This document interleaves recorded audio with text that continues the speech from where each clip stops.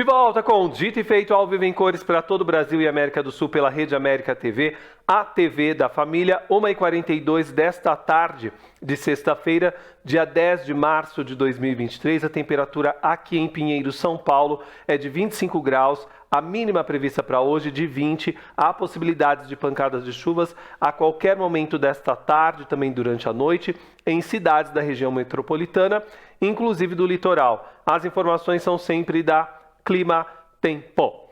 Eu gosto quando meu amigo está aqui ao vivo e em cores. E ele pegou a estrada, veio direto de Extrema, interior de São Paulo, fazer o nosso programa aqui, o quadro Assuntos do Cotidiano. Claro que eu estou falando do Luiz Camargo. Boa tarde, meu irmão. Seja bem-vindo ao nosso programa. Boa tarde, Fábio. Um prazer estar aqui novamente ao vivo e a cores. Boa tarde a toda a equipe de produção e a todos que nos assistem no momento. Com grande alegria, estamos hoje falando dos assuntos do cotidiano com a voz do povo para o povo. E a nossa produção separou algumas notícias que estão na ordem do dia. Então vamos com a primeira notícia na tela. Teto do Osasco Plaza Shopping desaba. Carros caem dentro do estacionamento. O desabamento ocorreu no Osasco Plaza Shopping, localizado na região metropolitana de São Paulo, na tarde da última quarta-feira, dia 8. O espaço foi totalmente interditado. 13 viaturas do Corpo de Bombeiros foram deslocadas para atender a ocorrência. A perícia técnica da Polícia Civil irá apurar as causas do acidente que foi realizado ontem, quinta-feira, dia 9. E aí, Luiz, como que você vê esse desabamento? Mas um acidente grave, graças a Deus não teve vítimas, ninguém perdeu sua vida. Agora, a polícia científica, mas o Conselho de Engenharia tem que determinar quem é o culpado. Hoje a gente vê tantas empresas de construção civil, tantos engenheiros cometendo muitos crimes que passam impunes. Então, a sociedade tem que ser respeitada. As pessoas que estavam lá, usufruindo do espaço, fora... Não vamos nem discutir o prejuízo comercial com o empreendimento. Shopping tem, e as empresas que estão lá dentro. Muitos empregos estão em jogo. Já sei de alguns setores do comércio que estão demitindo seus funcionários, porque não sabe se quanto tempo ainda vai ficar parado lá a interdição do shopping. Então isso precisa ser apurado, muito bem apurado, e os responsáveis têm que pagar por esse tipo de crime. Não dá mais para, né, em pleno 2023, a gente vê acontecer esse serviço mal feito, que cobra-se tão caro. Você paga tão caro para usar um shopping, para você frequentar um shopping, e você está arriscando a sua vida lá. Então isso não pode ficar impune. Precisa realmente a polícia e o Conselho de Engenharia colocar em pratos limpos tudo o que aconteceu. Quem errou e punir quem errou. Volta, por favor, Marcos, a notícia, porque olha só, gente, a cratera. Gente, olha o absurdo. Você já pensou, alguém poderia estar saindo do carro, entrando no carro, conversando no celular. Graças ao bom Deus, ninguém sofreu algo que realmente tivesse levado à sua vida. Eu fico feliz com a história de que ninguém morreu. Essa que é a verdade. Agora, o shopping tem que se responsabilizar, sim, a construtora, a própria Secretaria de Engenharia de Obras, sim, de Osasco, para que realmente venha à tona e seja punido quem é o responsável por essa tragédia. Já tivemos uma tragédia no passado, nesse mesmo shopping, uma explosão. E aí fica essa história. Qual é a segurança que tem nós simples mortais ao usar um shopping, os usuários de um shopping? Pessoas que o shopping hoje só não é um centro comercial. Ele tem muitos serviços dentro de um shopping. Então hoje dentro de um shopping você pode resolver a sua vida. Você tem médico, tem estética, tem dentista, tem o próprio comércio em si, tem área de alimentação, tem área de diversão. Então tem setores... Tem cowork também. Tem setores de Polícia Federal, do Secretaria de Segurança, de Secretaria Pública de Segurança. Então é muita gente que entra dentro de um shopping. E qual a segurança que temos hoje? Pelo jeito, nós estamos jogados à própria sorte. É só Deus a nossa causa. E aí, o que falta? Fiscalização por parte da Prefeitura, por parte do Conselho de Engenharia e responsabilidade pelos gestores do empreendimento. que não dá para permitir esse tipo de coisa. Com certeza alguém quis fazer uma economia e ocasionou uma tragédia. E agora tem que ser apurado e responsabilizados. Gente, eu vou pedir mais uma vez, porque eu estou impressionado com a cratera e a casquinha, parece que é uma casquinha. Olha a imagem novamente. É muito, olha, muito fino quando você olha para a parte de baixo, gente. Será que ninguém prestou atenção nisso? Eu vou ser muito honesto para você, Luiz. Toda vez que eu vou a esse shopping, eu já fui várias vezes, porque tenho amigos que moram em Osasco, ele tem já uma energia pesada, né? Ele já carrega essa coisa, né? E vou dizer mais ainda. Quem é lojista que está nos assistindo e você já teve lojas em shopping e tem ainda, sabe bem disso, que o custo de ter uma loja, manter uma loja dentro de um shopping center é para quem realmente é guerreiro, é para quem é leão, porque de verdade é muito alto. As pessoas falam assim, tem loja no shopping, não é só ter uma loja no shopping, é manter o staff, todas as exigências que são pedidas para o lojista é arrancada a alma dele. Para quem tem loja no shopping sabe do que eu estou falando, porque grandes lojas âncoras muitas vezes nem pagam para estar lá dentro. Quem paga são as lojas de médio porte ou de pequeno porte para manter toda essa estrutura. Pagam um condomínio altíssimo, fora o aluguel. Muitas vezes não tem um departamento de marketing que trabalha a sua divulgação para que muitos clientes possam estar lá. E esse tipo de notícia só afasta as pessoas, porque eu mesmo pensaria 10 vezes antes de ir para um shopping e deixar meu carro estacionado lá. Isso daqui, de verdade, é uma questão de bom senso. A gente já tem várias recorrências a respeito desse shopping. Então vamos repensar todas as engenharias de shoppings desse país. Está na hora das prefeituras, inclusive das secretarias de engenharias, poderem fazer fiscalizações mais intensivas para que previnam realmente tragédias como essa que ocorreu essa semana no Osasco Plaza Shopping. 1h49, vamos para mais uma notícia na tela. Remédio para alcoolismo evita excesso por quem bebe moderadamente, diz estudo.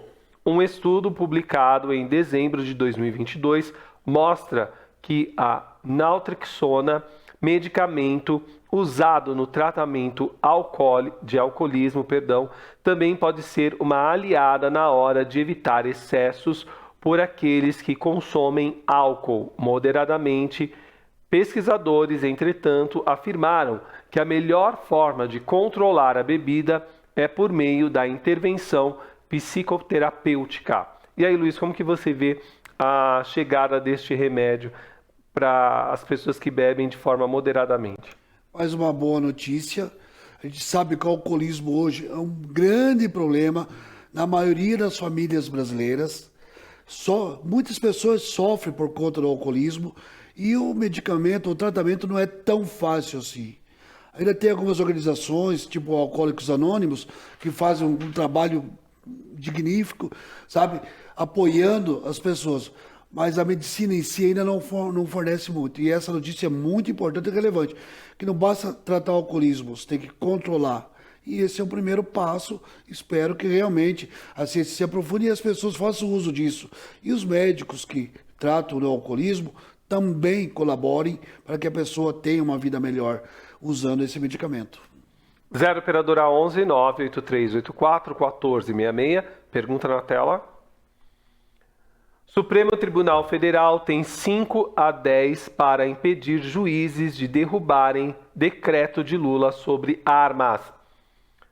O plenário do Supremo Tribunal Federal tem 5 votos a 0 a favor de suspender o julgamento de todos os processos na Justiça que discutem a legalidade do decreto do presidente Lula do PT, que impôs um controle maior sobre o acesso a armas de fogo. O decreto, assinado por Lula logo após sua posse, suspendeu os registros para aquisição e transferência de armas e de munições de uso restrito por CACs, que são as categorias de categoria que reúne caçadores, atiradores e colisionadores, entre outras medidas. E aí, Luiz, como que você vê esse 5 a 0 para impedir que os juízes realmente façam o seu trabalho. Infelizmente, o nosso Supremo sempre está na contramão da história. Eu acho que proibir algo no Brasil é fomentar o submundo, a pessoa dar além, a quem da lei. O que eu vejo? Não adianta proibir, tem que regulamentar, fazer leis que regulamente e executar quem não cumpre a lei. Agora, proibir é como proibir o uso da maconha no Brasil, é como proibir o uso da cocaína. E o que acontece? Aí fomenta o tráfico, o descaminho. É isso que o Supremo faz. Ele não procura trabalhar a favor do Brasil, da população brasileira. Esse decreto só vai facilitar a vida de alguns e não da maioria. E, em contrapartida, a indústria do crime, a indústria da sonegação, vai trabalhar muito forte. Por quê? As pessoas vão continuar tendo armas, só que de uma forma ilegal, imoral, porque o nosso Supremo não estabelece uma lei e normas e regras para as pessoas cumprir. Então, proibir não resolve nada, só aumenta o problema. E a gente já tem vários exemplos no Brasil. Então, regulamenta o que o CAC pode, o que o CAC não pode, o que o colecionador pode ou não pode. Como que pode ter um porte de arma no Brasil? Quem de direito pode ter? Qual a exigência? Qual a qualificação para isso? Agora, simplesmente proíbe, não resolve nada. Isso só vai fomentar o mundo do crime, o mundo do descaminho o tempo todo. Mas você não acha, Luiz, que, por exemplo, nós tivemos o ex-presidente Jair Bolsonaro, que era a favor do porte de arma e assim por diante, né? Mas eu sempre dizia isso com você em rede local, que quem tem arma nesse país é quem tem dinheiro, porque pobre não tem dinheiro para ter uma arma. Uma arma de verdade custa em média R$8.000. Para você tirar o porte da arma, mais cerca de 8, né? Uma caixa de balas de arma não é para qualquer pessoa. Essa que é a verdade. Quem tem arma, e eu sei que você tem, mas eu quero dizer o seguinte, não é todo mundo que pode ter. Desculpa. E outra coisa, é importante lembrar que a arma que sobe para o morro, quem que leva lá é o traficante? Você acha que é o traficante mesmo? Não, Então. é o submundo. Bom, quer dizer, tem que regulamentar. Ou é o mundo que, por exemplo, está escondido dentro das Forças Armadas? O submundo que está escondido? Também. O grande erro do Bolsonaro, ele autorizou o porte, mas ele não colocou as regras, ele não fiscalizou. Então isso também não resolve nada. Não adianta você fazer uma lei e não ver se ela está sendo cumprida. Quem tem porte tem que ter o treinamento, tem que ter a qualificação e tem que estar habilitado para isso. É como fazer a CNH. Se uma pessoa não for lá, não se qualificar e não passar na prova, não pode ter CNH. Então, tem que parar o descaminho. Mas o Exército não controla isso de verdade como deveria. Né? A gente sabe que, infelizmente, não controla. Você é um homem que foi das Forças Armadas, você foi treinado. É diferente. A pessoa que quiser comprar uma arma e até legalizada nesse país, por outros meios ela compra sim. Tá cheio de escola aí que facilita a vida das pessoas. Infelizmente é uma verdade. O grande erro foi colocar isso para o Exército tomar conta. Devia ter se criado uma secretaria, um departamento para fazer isso. A própria Polícia Federal tem departamentos muito bem equipados para fazer e controlar isso aí. Agora, é o descaminho, aquilo que eu falo. Interessava a quem mandar para o Exército isso? É o submundo da política, o submundo por trás das leis que o Congresso faz, que o Supremo está lá julgando, que a gente não desconhece. O cidadão comum não sabe os bastidores de tudo que acontece no Congresso lá em Brasília. A quem interessa certas decisões. A fábrica de arma, né? Que facilitou a campanha de muita gente, que deu dinheiro para muita gente e assim por diante. Tá óbvio isso. E você acha que mesmo que o político que estava comandando estava preocupado com a segurança do cidadão? Não estava, porque ia beneficiar realmente aquele que tem possibilidade de ter o porte de arma. Como eu disse, uma pessoa que ganha 2 salários mínimos mal tem condições de se manter de uma maneira digna nesse país. Nós temos mais de 40 milhões de brasileiros que estão endividados. É uma tristeza. Hoje o principal problema é você definir exatamente a que ponto o governo quer que a população brasileira chegue. Hoje o que eu vejo, de um modo geral na política brasileira, eles não querem que o povo passe de onde está. Está ali, ó. O pessoal está ali, calado, não pode dar um passo adiante. Quer dizer, para você mudar o nível da sua vida pessoal, da sua vida profissional, é muito sofrido, é muito trabalhado. E não interessa muito politicamente que o povo tenha conhecimento e capacitação. Porque Mas você acha que é dando arma para o povo, liberando arma para o povo que vai ter isso? não é dando arma, é tendo leis que regulamente e o povo não precisa de arma. O povo precisa de segurança. A gente precisa de estimular o Sabe? amor ao Sabe? próximo, a outros tipos de atitude que não sejam fazer com que o cidadão se arme. A gente tem que se armar de mais amor, menos drama. A gente tem que realmente, você falou, é difícil, realmente é difícil, mas não é impossível. Você é um homem, digamos que negro, que tem a sua possibilidade, é um empresário de sucesso, mas nem todos conseguem. Mas você lutou e luta para se manter em pé. E não foi com arma. Não, não. Então, Foi estudando, escola Sim. pública e faculdade pública, Então. para chegar onde cheguei. Sabe? Então, são situações que a gente vê hoje, só que hoje, cada dia menos, as pessoas têm possibilidade numa escola pública ou numa faculdade pública. Cada vez menos possibilidades as pessoas têm de ingressar lá e realmente trilhar um caminho. Você tem que ter muita dedicação e ter muita paciência, porque você é pisado, o tempo todo você é feito diferenças com você. Então você tem que ser muito forte para você conseguir dar um passo além. E eu não vejo nenhuma política pública nesse sentido, de querer qualificar as pessoas, dar mais estudo, mais conhecimento, mais oportunidades. Eu não vejo nenhum sentido. Então, armando a população não vai resolver nada. Agora, quem realmente tem qualificação e pode, tem que ser fiscalizado. O que aconteceu? Os CACs banalizou de uma vez. Você tinha dinheiro, se pagar uma propina lá, isso aí com uma autorização. E isso interessava a quem? Ao mundo político. sem dúvida. Estava por trás lá. Eu sei que esse assunto é amplo, a gente diverge, porém a gente é amigo e irmão. Entendeu? 0 operadora 11 98384 1466. Vamos a mais uma notícia na tela. Inflação acelera a 0,84% em fevereiro, pressionada por educação, diz IBGE. O índice de preços ao consumidor amplo, que mede a inflação oficial do país, acelerou a 0,84% em fevereiro, após alta de 0,53% em janeiro, informou o Instituto Brasileiro de Geografia e Estatística nesta sexta-feira, hoje, dia 10. Nos últimos 12 meses, a inflação acumulada é de 5,60%. Apesar da aceleração mensal para a taxa mais elevada desde abril de 2022, o índice passou a acumular nos 12 meses até fevereiro, já que no mês anterior o avanço foi de 5,77%. E aí, Luiz, como que você vê essa acelerada da inflação?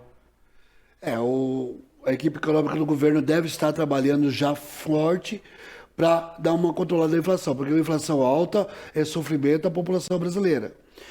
A semana passada a gente já conversou sobre essa renegociação de dívidas, isso já é um primeiro passo, reabilitar o crédito das pessoas para as vendas fomentarem novamente, e é uma maneira de controlar isso. Maior movimento de dinheiro, menos inflação. A retração do comércio, retração da indústria, inflação lá em cima. E a equipe econômica tem que, de uma vez por todas, conseguir fazer o trabalho deles, porque senão quem paga a inflação no Brasil não é quem tem dinheiro, é quem não tem. O crédito fica mais caro, o consumo, tudo para se consumir se paga muito mais alto, a cadeia produtiva tem que repassar custo, a cadeia produtiva não tem como segurar os preços, subindo a inflação, tem que repassar, e a população tem o seu poder aquisitivo reduzido. Então, de verdade, eu estou torcendo para o governo acertar nesse quesito, para o nosso país retomar os trilhos e ir em frente, não retrair. Andar olhando para frente, uma inflação digna, que dê para o povo brasileiro sobreviver e ter uma dignidade, ter um mínimo na sua mesa, o correto, o certo. 0 operadora 11 98384 1466. Vamos a mais uma notícia na tela. Scarpa e Mike do Palmeiras relatam golpe milionário e processam a empresa de William. O meia Gustavo Scarpa, hoje no Nottingham Forest da Inglaterra, e Mike, lateral do Palmeiras, relataram terem perdido cerca de 10,4 milhões em investimentos feitos em criptomoedas. Eles citam uma empresa do ataque, William Bigode, do Fluminense, como envolvida no caso. Scarpa e Mike acionaram a justiça para tentar recuperar os valores investidos, que deveriam ter sido resgatados no ano passado. Os atletas afirmaram que tentaram sacar o investimento sem sucesso. E aí, Luiz, como que você vê essa suposto golpe? Quero aproveitar a oportunidade para dizer para todos que nos assistem agora, só acredite naquilo que vocês verem, naquilo que é palpável. Criptomoeda, alguém já viu? Jogadores que tem todo um staff por trás, perderam uma fortuna aí, ó. A filha do Luciano Zafir com a Xuxa também perdeu muito dinheiro. E fora N personalidades que por vergonha não vem a público dizer. Então, criptomoeda, é para quem é isso aí? Para quem é? É para quem quer ser imoral, ilegal, não quer pagar seus impostos, não quer declarar seus rendimentos.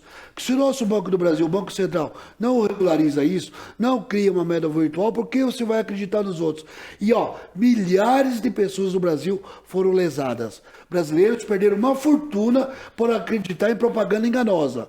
Eu sei de pessoas comuns como a gente aqui, perdendo 10, 15, 20 mil, mas todo mundo perdendo dinheiro em criptomoeda. Então não acredite naquilo que você não pode ver e naquilo que você não pode pegar. Porque o dinheiro tem que ser palpável, o dinheiro tem que estar na sua conta, no seu banco que você conhece. E o banco virtual, aonde ele está, de quem você vai cobrar? Não existe. Vamos ser mais tradicional. Nós não temos segurança numa coisa que nós não vimos. E o nosso Banco Central não regulamentou ainda no Brasil esse tipo. Existe um estudo para lançar uma moeda virtual ainda no Brasil, mas não existe. E agora vão cobrar de quem? Infelizmente, eles vão brigar, vão espernear, mas já tomaram prejuízo. Pois é, gente, se você quer dinheiro fácil, joga na Mega Sena e torce, entendeu? Porque é a maneira de você ganhar dinheiro fácil. Ou então faça que nem a gente, acorde cedo, vá trabalhar e peça a Deus para lhe dar saúde e agradeça por ter a possibilidade de realmente produzir algo. É a melhor maneira de você conseguir dinheiro na vida, eu não conheço outra maneira. 0 operadora 11 98384 1466. Vamos a mais um print de notícia na tela. Banco do BRICS anuncia saída de presidente e abre caminho para Dilma. O novo Banco de Desenvolvimento, INDEB, instituição dos BRICS, anunciou nesta sexta-feira, dia 10, a saída do atual presidente Marcos Troiju do cargo desde julho de 2020. O movimento ocorre após o presidente Luiz Inácio Lula da Silva defender em entrevista exclusiva à CNN a ex-presidente Dilma Rousseff do PT no comando da instituição. Apelidada de, abre aspas, Banco dos BRICS, fecha aspas, em referência ao agrupamento econômico composto por Brasil, Rússia, Índia, China e África do Sul, com sede em Xangai. E aí, Luiz, como que você vê essa indicação, né, da Dilma para a presidência do Banco dos BRICS? É meio duvidosa essa indicação, mas vamos confiar no presidente do Brasil, que fez a indicação. Ele deve saber o que ele está falando. E o BRICS, aonde pode ser favorável, útil à população brasileira, ou é um jogo de interesse, é mais um descaminho para o dinheiro público brasileiro. Então eu não sei, a Dilma, todo mundo sabe quem é, não é eu, nós vamos ficar agora falando aqui, ou debatendo, sabe os erros cometidos aqui na gestão dela, o porquê que levou ela às pedaladas fiscais, que tiraram ela do poder. Agora o presidente, ele é o nosso chefe lá da nação hoje. Ele foi eleito para trabalhar para o povo brasileiro. E assim espero que eu faça.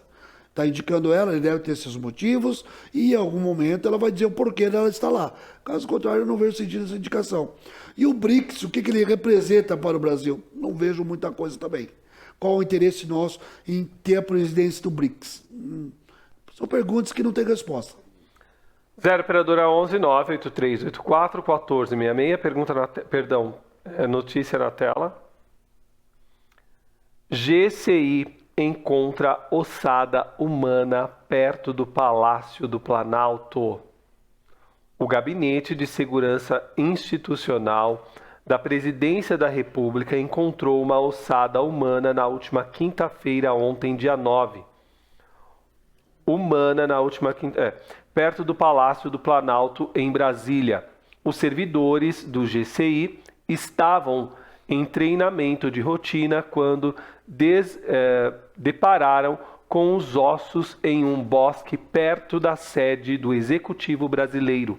De acordo com a Polícia Militar do Distrito Federal, o cadáver, que ainda não foi identificado, já estava em estado avançado de decomposição, com crânio e braços separados do corpo. Ao lado da ossada havia um telefone celular e um anel. Gente, que coisa bizarra. Como que você vê essa notícia, Luiz? É chocante, né? No mínimo. E espero que a Polícia Civil de Brasília, a Polícia Científica, identifique essa pessoa, ser humano, e o que aconteceu, como que perdeu a vida. E deve ter outros casos, com toda a bagunça, tudo que aconteceu lá no entorno do Palácio do Planalto, não deve ser um caso único ou isolado. Deve ter outros casos. E agora vamos aguardar a investigação para saber de fato o que aconteceu. Mas que é estranho, muito estranho.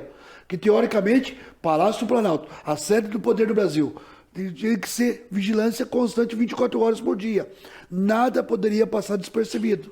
E pela matéria, parece que não é bem assim lá. Os caras, num treinamento de rotina, acabam encontrando um corpo que já está lá pelo menos há 30, 40 dias, ou sabe quanto tempo. Então, espero que realmente a Polícia Civil dê uma resposta à altura da sociedade. Você já pensou se isso tem a ver com o dia 8 de janeiro? Que absurdo.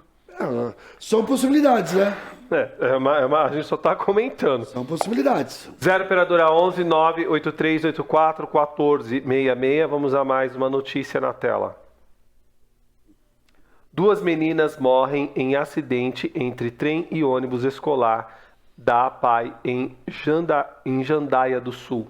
Um acidente entre um trem e um ônibus escolar deixou 2 meninas mortas no final da manhã da última quinta-feira, ontem, dia 9, em Jandaia do Sul, norte do Paraná. A informação foi confirmada pelo Corpo de Bombeiros. Peritos do Instituto Criminalista estiveram no local para analisar as circunstâncias do acidente e a velocidade desempenhada pelos veículos. Em depoimento à Polícia Civil, o motorista informou que não percebeu o trem se aproximando. E aí, Luiz? Primeiro, nossos sentimentos à família, às famílias, né? Porque é um absurdo, é mais uma tragédia acontecer. Alguém falhou, ou alguém não sinalizou a pista, não deu o sinal sonoro quando o trem estava passando, ou esse motorista foi negligente. Motorista de van escolar, de ônibus escolar, ele conduz vidas. Ele tem que ser muito consciente do que ele está fazendo. Eram pessoas que estavam ali. E ele, talvez, não prestou atenção no que ele estava fazendo. Como que não percebe um trem se aproximando? É um absurdo. A gente tem que estar falando isso. Então, que a polícia investiga e pune o culpado. Se alguém não sinalizou a via, se o trem se aproximou sem o sinal sonoro, o que eu acho muito difícil isso acontecer, o motorista tem que ser punido por o que aconteceu. Ele cometeu uma omissão do trabalho dele que custaram 2 vidas, 2 crianças indo para a escola. Então precisa ser punido. 0 operadora 11 98384 1466. Vamos a mais uma notícia na tela. Câmara aprova pensão a filhos de mães vítimas de feminicídio. Câmara aprova pensão a filhos de mães vítimas de feminicídio. Pagamento será feito para dependentes com renda familiar mensal per capita igual ou menor a 25% do salário mínimo. Repasse poderá chegar a quase 12 milhões até 2025. Câmara dos Deputados aprovou na última quinta-feira, ontem, dia 9, um projeto de lei que garante o pagamento de uma pensão especial a filhos de dependentes menores de idade de mulheres vítimas de feminicídio no Brasil. O valor da pensão foi fixado em um salário mínimo, o que atualmente corresponde a R$ 1.302. em maio deve subir para R$ 1.320. Como que você vê essa atitude? Parabéns aos deputados. Espero que o Senado também aprove e o nosso presidente sancione a lei. É uma grande iniciativa, porque a gente sabe muitas crianças que já não tinham pai e agora acaba perdendo a mãe, estão aí jogadas à própria sorte. Então, a iniciativa é muito boa. Antes tarde do que nunca, já deveria ter sido feita, mas chegou a hora. E o presidente, com certeza, vai sancionar essa lei. São muitas crianças que precisam desse valor. É pouco, mas é um pouco que já serve, pelo menos, para o básico, para o mínimo, né? Bom, Luiz Camargo é nosso colunista aqui de assuntos do cotidiano, está sempre às segundas, quartas e sextas-feiras, comentando os assuntos que fazem parte do nosso dia a dia.